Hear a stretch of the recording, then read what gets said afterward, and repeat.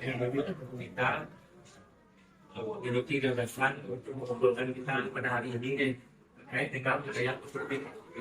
Terkait dengan budaya positif, nanti mohon teman-teman bisa menyimak dengan baik apa yang disampaikan oleh kita, termasuk juga sangat-sangat kami harapkan bagaimana budaya positif yang kita pelajari nanti itu bisa kita terapkan untuk pada ini, karena pada intinya kegiatan kita ini haruslah bermuara pada siswa. Jadi apa yang kita pelajari dalam itu kita lakukan dengan memberikan dampak pada siswa ini. Kemudian untuk selanjutnya kami silakan kepada kita untuk memberikan dan pada baik dari pendidikan pemerintah. Mudah-mudahan nanti ini menjadi awal yang baik yang kita semua semakin mengajukan pengalaman, makin mengajukan pendidikan secara umum. Karena anak kita baik anak pengalaman yang tinggi, kemudian kita melakukan pengajaran pengalaman. Kemudian yang bisa kami sampaikan, terima kasih akhirnya mudah-mudahan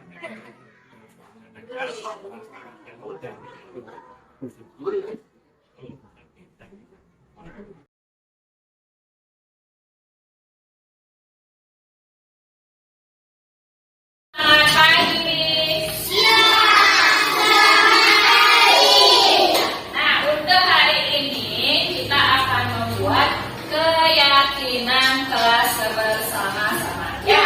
Nah, untuk itu sekarang Ibu akan membagikan anak-anak kertas ini.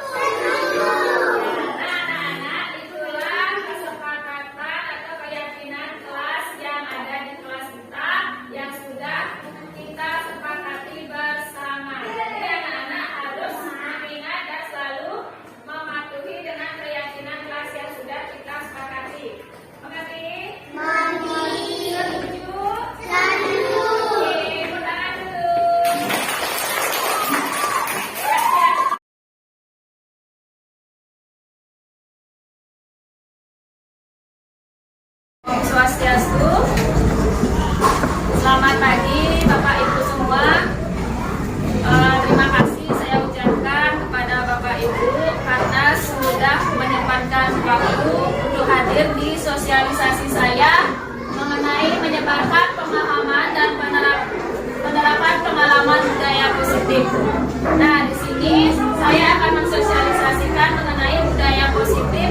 Apa itu pentingnya budaya positif untuk di lingkungan sekolah kita. Adapun konsep inti budaya positif yaitu yang pertama perubahan paradigma belajar, yang kedua disiplin positif, ketiga nilai-nilai kebajikan, yang keempat kebutuhan dasar manusia, motivasi perilaku manusia, kemudian posisi kontrol guru, keyakinan kelas, dan segitiga restitusi. Baik, kita akan lanjutkan ke materinya yaitu mengenai pembelajaran dengan paradigma baru. Nah, sebelum itu saya mau tanya ke ibu guru semua. Pasti ibu guru semua sudah tahu ya mengenai pembelajaran yang berpusat pada guru dan pembelajaran yang berpusat pada siswa. Mungkin ada salah satu dari ibu guru yang mau menjelaskan apa itu pembelajaran yang berpusat pada guru, pembelajaran yang berpusat pada siswa, dan pembelajaran apa yang ibu terapkan di kelas yang ibu ampu. Siapa yang mau? Ya, coba Ibu Wiwi.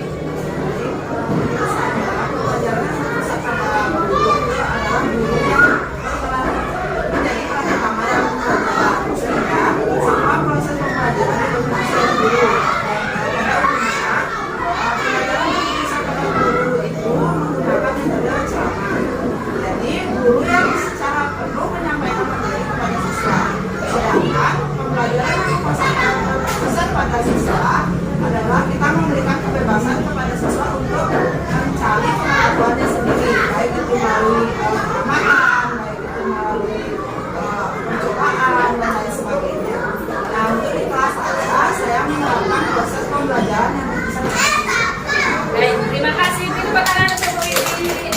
Mungkin ada lagi salah satu guru yang mau menuangkan pendapatnya. Bu Leni mungkin.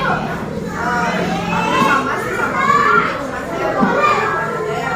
kalau pembelajaran yang dilakukan pada guru itu kan gurunya lebih aktif ya, misalnya dengan ceramah ini jadinya satu arah aja, pembelajarannya satu arah.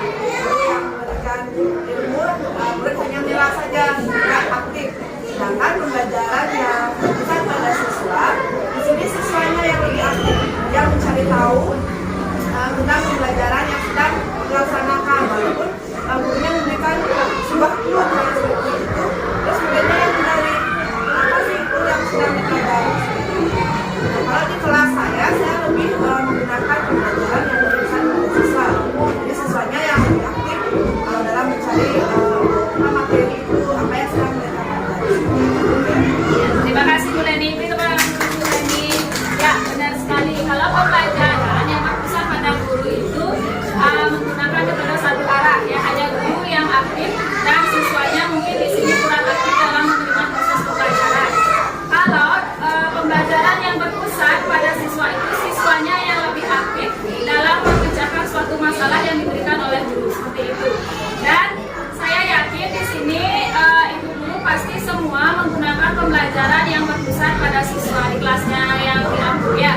Baik, di sini kita akan membahas mengenai pembelajaran dengan paradigma baru. Itu merupakan pembelajaran yang dirancang dengan prinsip pembelajaran berdiferensiasi.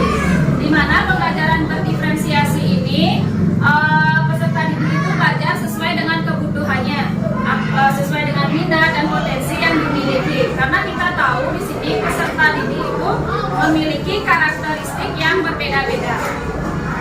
Nah, berdasarkan tahap perkembangan sesuai dengan psikologi modern untuk mewujudkan profil pelajar Pancasila. Di sini saya yakin ibu guru semua pasti sudah tahu mengenai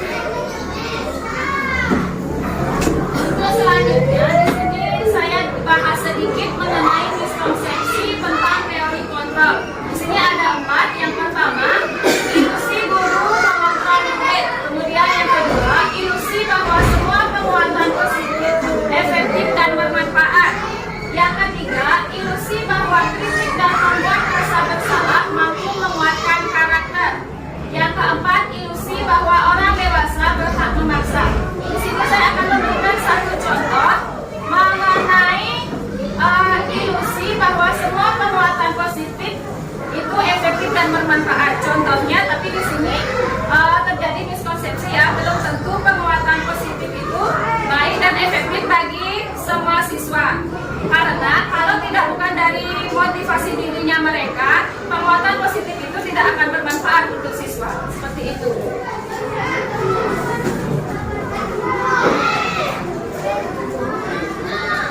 Nah, di sini mengubah paradigma stimulus respon ke pendekatan teori kontrol. Kalau dalam stimulus respon mengenai tentang dunia itu realitas atau kebutuhan kita itu dianggap sama. Sedangkan kalau menurut teori kontrol, realita kita itu berbeda.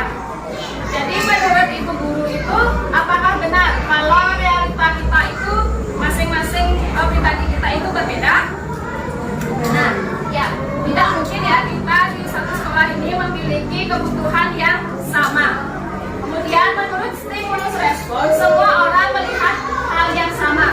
Sedangkan menurut teori kontrol, setiap orang itu memiliki gambaran yang berbeda.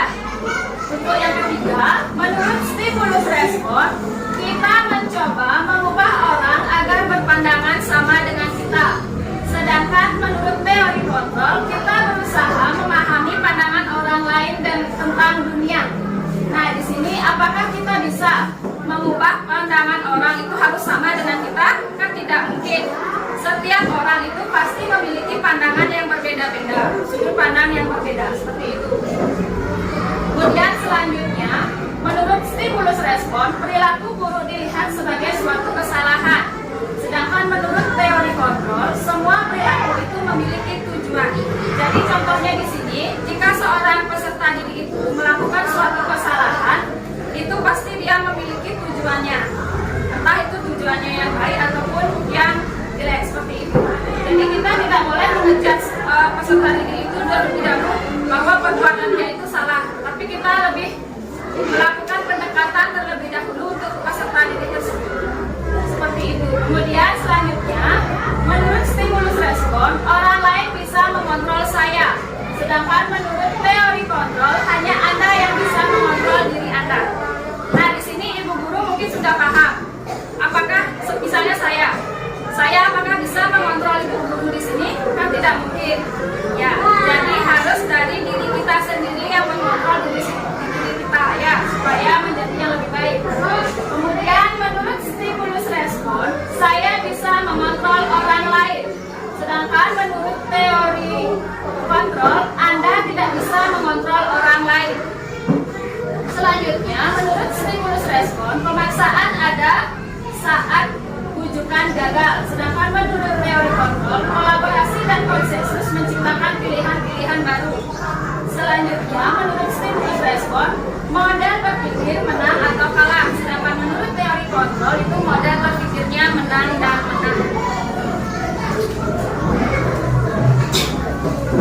Nah, di sini kita masuk ke pemahaman mengenai disiplin positif. Jadi disiplin positif itu merupakan salah satu cara penerapan disiplin yang bertujuan untuk menumbuhkan kesadaran peserta didik tanpa ia meminta imbalan, reward, atau menerima ancaman atau hukuman. Jadi seperti itu. Sebagai pendidik, tujuan kita adalah menciptakan peserta didik yang memiliki disiplin diri sehingga mereka berperilaku mengacu kepada nilai-nilai kebajikan universal dan memiliki motivasi diri mereka sendiri dalam melakukan suatu perubahan perilaku ke arah yang lebih baik. Jadi peserta didik itu harus memiliki motivasi diri dulu. Tidak bisa peserta didik itu bergantung kepada guru gimana caranya agar dia bisa misalnya memotivasi dirinya itu karena suruhan dari orang lain atau guru. Jadi kalau tidak ada dari kesadaran diri peserta didik, motivasi diri anak tersebut untuk berubah menjadi yang lebih baik itu tidak akan bermanfaat. Seperti itu. Nah, di sini nilai-nilai kebajikan universal yang dibawakan menurut tadi disiplin positif. Ada yang pertama, yaitu profil pelajar Pancasila yang sudah saya jelaskan mengenai 6 dimensi tersebut, yaitu beriman dan bertakwa pada Tuhan Yang Maha Esa dan berakhlak mulia, berkebinekaan global, gotong royong, mandiri, kreatif, dan moral kritis.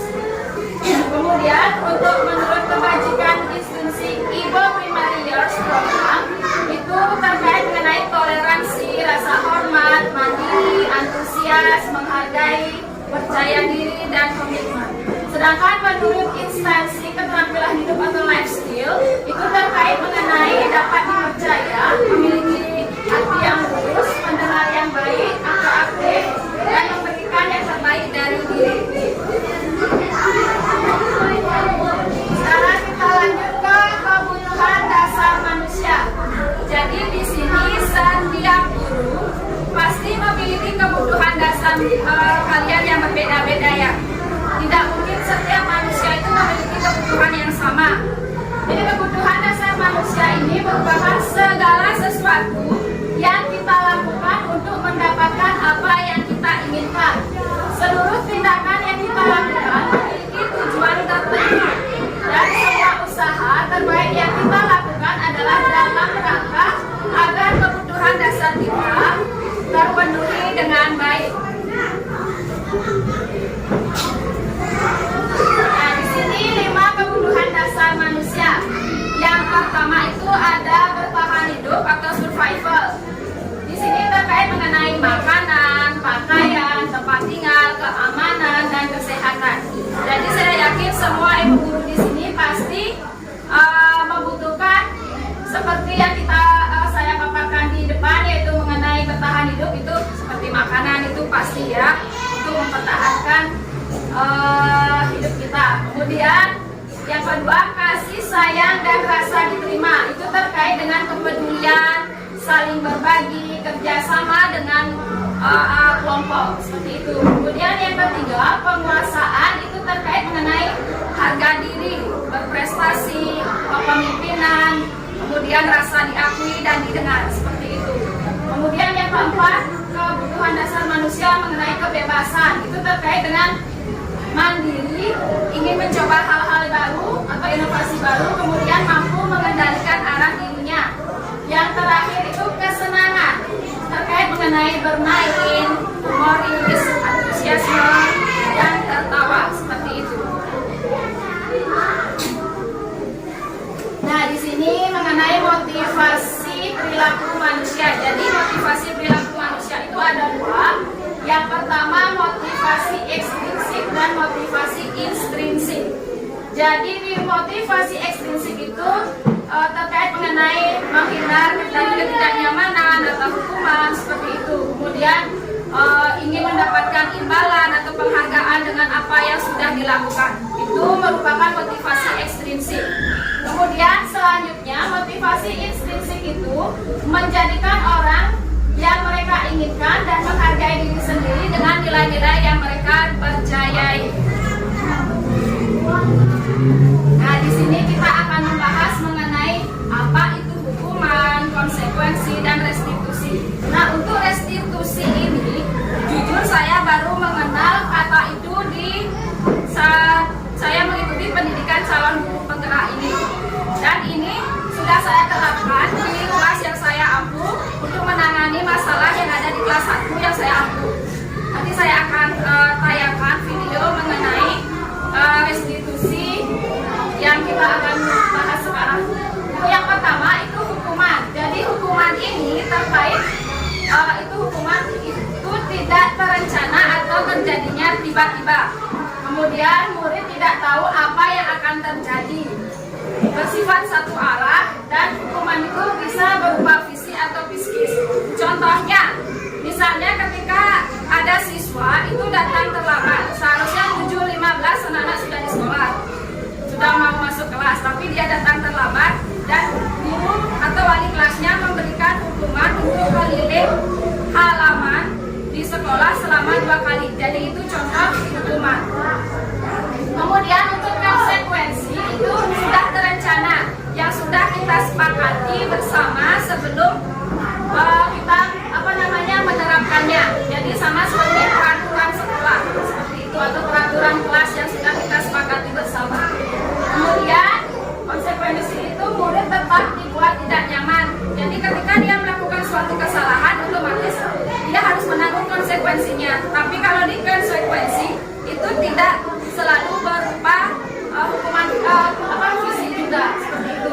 Kemudian sikap guru selalu meminta murid. Nah, yang ketiga ini seperti yang saya bilang tadi mengenai restitusi itu proses menciptakan kondisi bagi murid untuk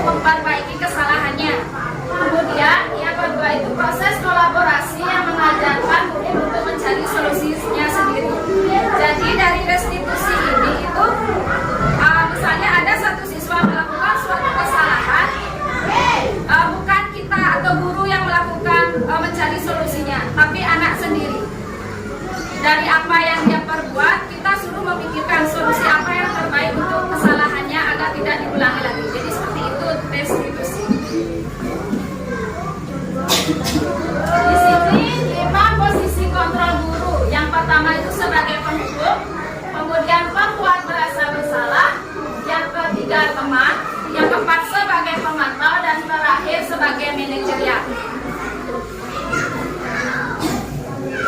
Di sini saya mengambil contoh penerapan 5 posisi kontrol itu mengenai kasus siswa tidak memakai atribut lengkap saat upacara bendera. Nah, di sini apa yang kita bisa ucapkan kepada siswa tersebut dari penerapan 5 posisi kontrol guru itu? Yang pertama tadi Pak Hukum, kita bisa mengucapkan kalimat hormat pada bendera selama 1 jam. Jadi kita itu menghukum siswa tersebut yang terlambat untuk hormat pada tiang bendera selama 1 jam. Kalau guru sebagai pembuat merasa bersalah, itu kita akan membuat siswa tersebut akan menyadari apa kesalahannya. Jadi berapa seperti yang bisa kita ucapkan, yaitu berapa kali ibu harus memberitahu kamu, kamu selalu saja mengecewakan ibu. Jadi dengan kalimat itu kita tidak boleh membentak anak. Kita harus dengan kata yang halus, yang lembut, supaya anak itu tidak takut dengan kita, seperti itu. Untuk selanjutnya yaitu posisi kontrol guru sebagai teman. Masih dengan kasus yang sama, bisa terkait kalimat yang kita ucapkan, yaitu ayo dong ikuti aturan sekolah, tolong bantu ibu ya sekali ini, ya sudah tidak apa-apa, lain kali jangan sampai berbuat seperti ini lagi. Nah, di sini posisi kontrol sebagai teman itu gimana caranya supaya peserta didik itu tidak menganggap kita itu lebih dewasa dari dia, tapi sebagai teman sebayanya, seperti itu. Jadi siswa itu tidak akan merasa takut dengan kesalahan yang dia perbuat, tapi tetap menyadari kesalahan yang dia lakukan agar tidak diulangi lagi, seperti itu. Kemudian posisi kontrol guru yang keempat yaitu sebagai pemantau. Kamu sadar melanggar peraturan sekolah, kamu tahu konsekuensinya. Kemudian setelah upacara, kamu beli atributnya ke koperasi dan jangan diulangi lagi. Jadi itu posisi kontrol guru sebagai pemantau. Yang terakhir masih kasus yang sama, posisi kontrol guru sebagai manajer. Terkait kalimat yang bisa diucapkan yaitu apakah kamu tahu kesalahanmu? Kira-kira bagaimana kamu memperbaiki kesalahan itu? Jadi seperti itu kalimat yang bisa diucapkan oleh guru mengenai posisi kontrol manajer. Nah, di sini kita akan masuk ke topik mengenai keyakinan kelas. Kalau dulu mungkin kita tahu itu mengenai kesepakatan kelas ya, bukan keyakinan kelas. Saya pun juga baru tahu ini setelah mengikuti pendidikan di guru penggerak ini, bahwa ada yang namanya keyakinan kelas. Mengapa keyakinan kelas? Mengapa bukan peraturan kelas? Jadi seperti itu. Kalau keyakinan kelas itu kita itu membentuknya dari diskusi secara bersama-sama, baik itu dari semua stakeholder yang ada di sekolah, semua dari warga sekolah dan semua siswa yang ada di sekolah ini, seperti itu. Kalau peraturan kelas itu peraturan yang sudah ada ketika siswa baru masuk kelas, itu peraturan sudah tertempel di kelas, seperti itu peraturan. Nah, ini contoh pembentukan keyakinan kelas.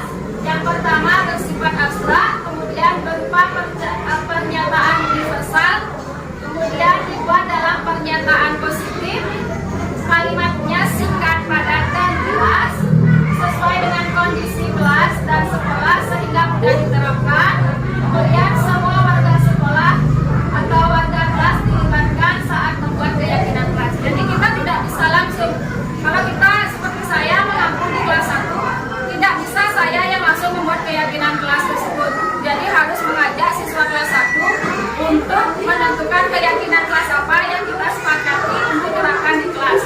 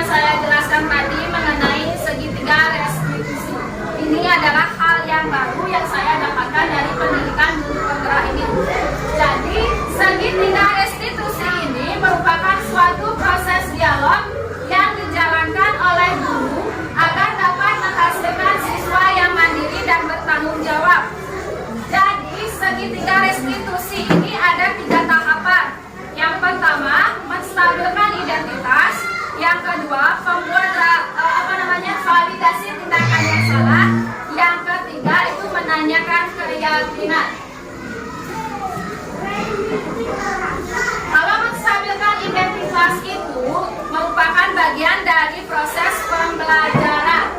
Kita bisa mengaitkan kalimatnya seperti ini kalau dalam menstabilkan identitas. Berbuat salah itu wajar. Tidak ada manusia yang sempurna. Ibu juga pernah melakukan hal seperti itu.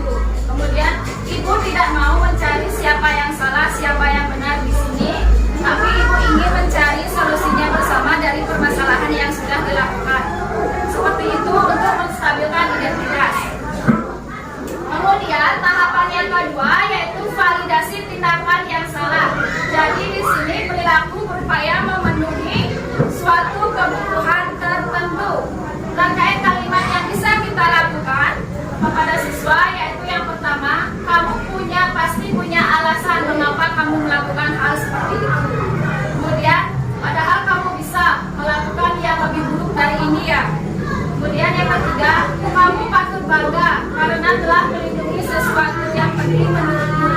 Kemudian yang keempat, kamu melakukannya karena mempertahankan sesuatu yang penting bagimu. Jadi itu beberapa contoh kalimat yang bisa diucapkan ketika kita melakukan validasi tindakan yang salah kepada siswa yang melakukan suatu kesalahan. Kemudian tahapan yang ketiga, yang terakhir itu menanyakan keyakinan kelas. Berdasarkan prinsip teori kontrol bahwa pada dasarnya kita termotivasi secara intrinsik. Terkait mengenai menanyakan keyakinan kelas itu, kalimat yang bisa kita ucapkan yaitu apa keyakinan kelas kita. Kemudian yang kedua, nilai-nilai apa yang telah disepakati bersama.